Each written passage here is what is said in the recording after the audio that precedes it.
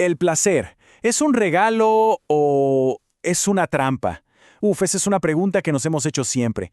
Hoy vamos a meternos de lleno en una visión teológica que lo analiza, que explora cuál era su propósito original, cómo es que se puede desordenar y, bueno, cuál es la virtud que se propone como camino para recuperar el equilibrio. Empecemos.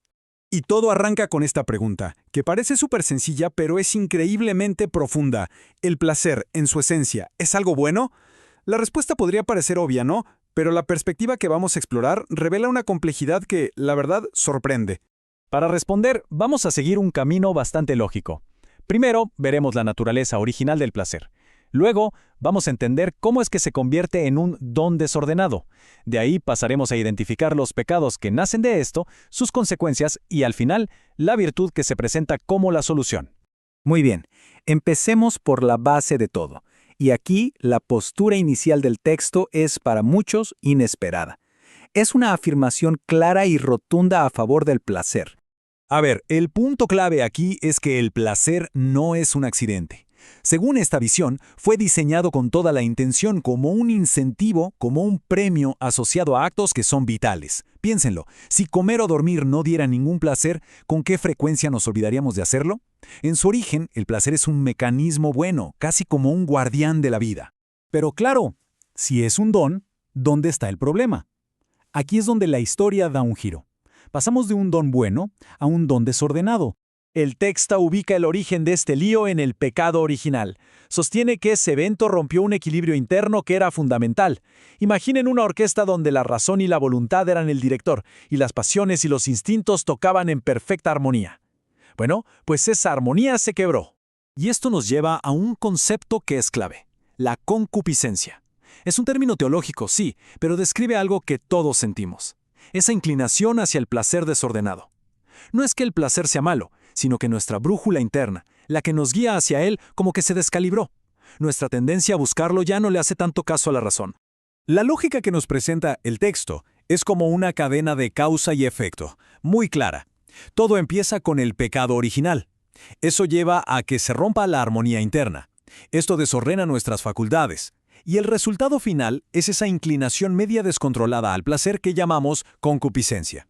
Para que esto quede súper claro, el texto usa una analogía que es potentísima. El placer es como el fuego. A ver, dentro de la chimenea es una maravilla. Nos da calor, nos da bienestar. Pero si ese mismo fuego se sale de la chimenea y empieza a quemar la sala, se convierte en una fuerza aterradora y destructiva.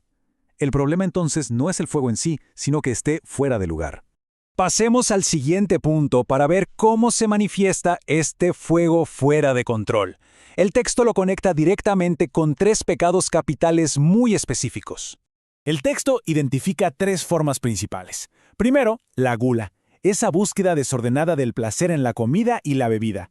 Segundo, la pereza, que ojo, es más que solo flojera, es ese deseo desmedido de comodidad que nos lleva a evitar cualquier esfuerzo necesario.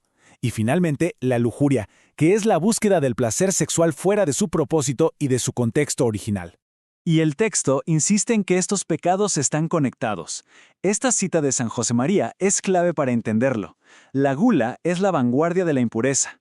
La idea es que si una persona no puede controlar su apetito por la comida, pues difícilmente va a poder controlar otros apetitos que son mucho más intensos.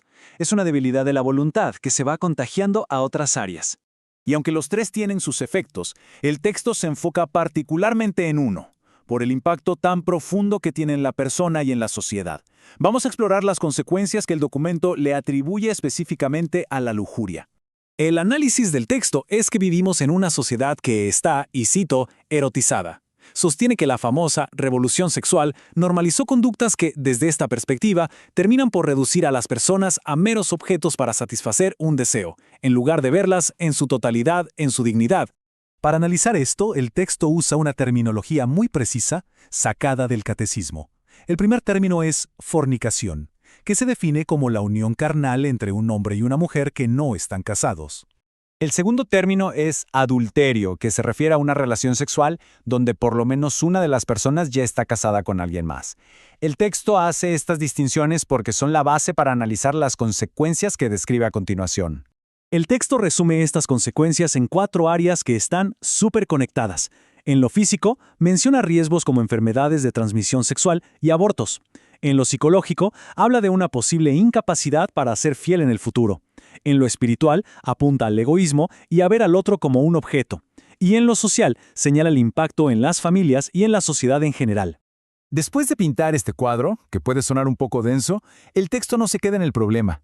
Propone una solución, una virtud que describe como el antídoto, la pureza. Pero ojo, esto es crucial para entender el punto. La forma en que se define la pureza aquí no es una simple negación, no es un no a todo. Al contrario, el texto la presenta como una afirmación positiva.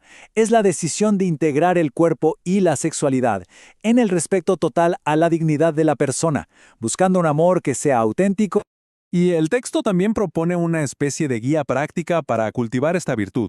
Ofrece un kit de herramientas que va desde medios espirituales como la oración y los sacramentos hasta actos de autodisciplina en el día a día, ser moderados, prudentes con lo que vemos y evitar situaciones de riesgo. Esta cita final le da un giro de 180 grados a la perspectiva. En lugar de ver la pureza como algo débil o represivo, el texto la presenta como una victoria de la voluntad, como una virtud de valientes, el resultado de una lucha que se ganó. Es una muestra de fortaleza, no de debilidad. Y así cerramos este análisis, volviendo a la atención del principio. La perspectiva que exploramos nos presenta el placer como un don divino, que, por culpa de nuestro desorden interno, se puede convertir en una fuerza destructiva. La pregunta final, entonces, no es si el placer es bueno o malo, sino cómo se vive, como un don integrado y ordenado o como un fuego fuera de control. La respuesta, según este texto, define el camino de cada persona.